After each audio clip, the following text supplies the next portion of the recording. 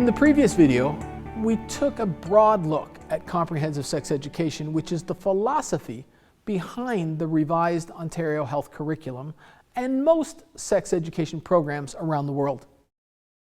It's an approach that places a strong emphasis on sexual rights, values, and attitudes, and assumes that children will make decisions like an adult as long as they are given all of the information and the resources that they need.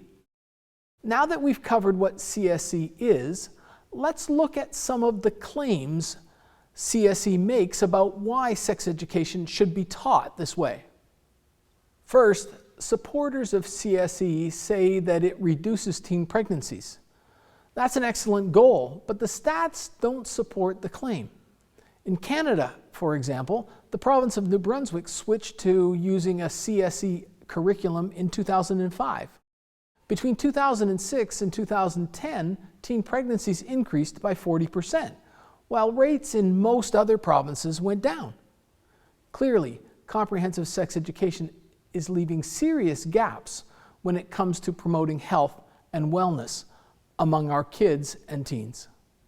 The Ministry of Education for the province states they must revise the curriculum because over the past 20 years, teen STI rates have been increasing. This is true. Provincial teen STI rates have been increasing. The government believes that comprehensive sex education will lead to a reduction in STI rates. You need to know, over the same period of time, more teachers have been voluntarily integrating comprehensive sex education content into their lessons. The question, will CSE, as the official strategy, lead to reduce STI rates? Well, let's find out. If this were true, districts that have been incorporating comprehensive sex education the longest should have decreased sexually transmitted infection rates amongst high school and college-age students. Let's look at a couple of jurisdictions in the United States that have had comprehensive sex education the longest. New Jersey and Oregon, where comprehensive sex education has been the sex education strategy since the early 1980s. The Center for Disease Control reports that between 2007 and 2011, STI rates for teens and young adults in these states increased 25.3% and 38% respectively.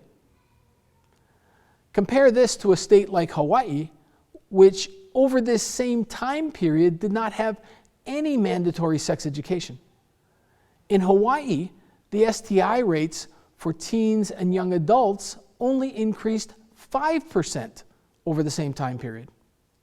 At Peace, we understand there is no such thing as a perfect curriculum, but we want parents to have a more complete understanding of comprehensive sex education and see that in many ways it's not producing the results supporters claim it is. If the goal of the curriculum is to promote healthy lifestyles and to be truly inclusive of all students, Peace wants to help make that happen. The Ontario government has said that every student should be able to see themselves in the curriculum. Unfortunately, many students, especially those from traditional faith families, don't see themselves in the curriculum. It is clearly understood that when curriculum helps students to connect the learning with their cultural or spiritual teachings, student achievement increases. Peace is working to bridge the gap by helping meet the needs of traditional faith families and students in our public education system. We work with families, churches, schools, and community groups to address common concerns and promote a more positive learning environment for all students. For more information, visit our website at peaceontario.com.